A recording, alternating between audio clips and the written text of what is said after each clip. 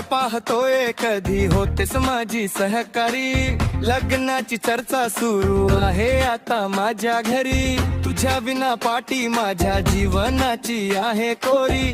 तुझ्यासाठी बनवेन संडेला chicken curry. प्रेमाचा सुगंध मिळू